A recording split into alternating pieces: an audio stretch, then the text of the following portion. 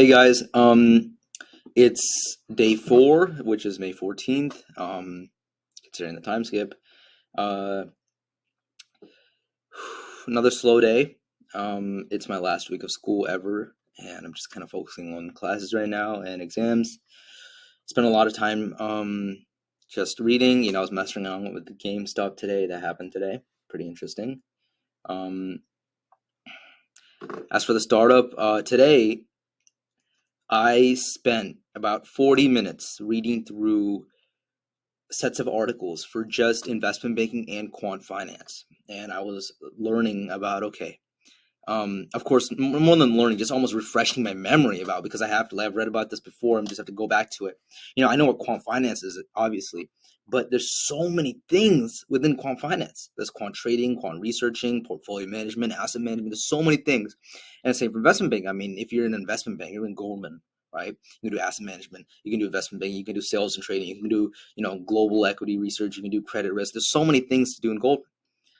And on top of that, the book, or not the book, but like the pamphlet I was reading, just told me, okay, build these skills. All right. Then I went back to Lehigh's course registrar, right? And I printed out and I took a set of so there's 2 courses. I'm doing financial engineering at Lehigh, and the base degree for financial engineering, because it's a master's program, the base degree can either be currently, you can take any degree really, but I'm looking at industrial systems and engineering and finance.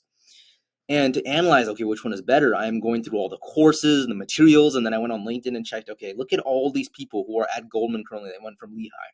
And then I looked at what major they were, right? And then out of like so many profiles, 9 times out of 10, they're finance. I found one guy that was industrial systems engineering. And what this is showing me is, look at this, look at all this work I'm doing. I mean, I'm going on LinkedIn to find people that have done the major. I'm then having to figure out what major to pick. What exactly do I have to do? Then I'm going on like the internet and looking at all these blogs and these articles to figure out what skills to develop and how to spend my time to make sure that I know what I'm interviewing. And still, it is completely up to me to go reach out to these people, to go figure out what activities to do, what clubs do I join, what events to join. There's so much work to do just to figure out what I have to do, right? But before I'm even doing it, to efficiently make this happen. That's exactly the problem. This is so inefficient, and we need to make this problem we need to find a solution for this problem that is centralized and easy. That's exactly the goal of the startup, which has been the goal of the startup, a centralized path forward for any student to figure out the name forward. That's where the name figure comes from.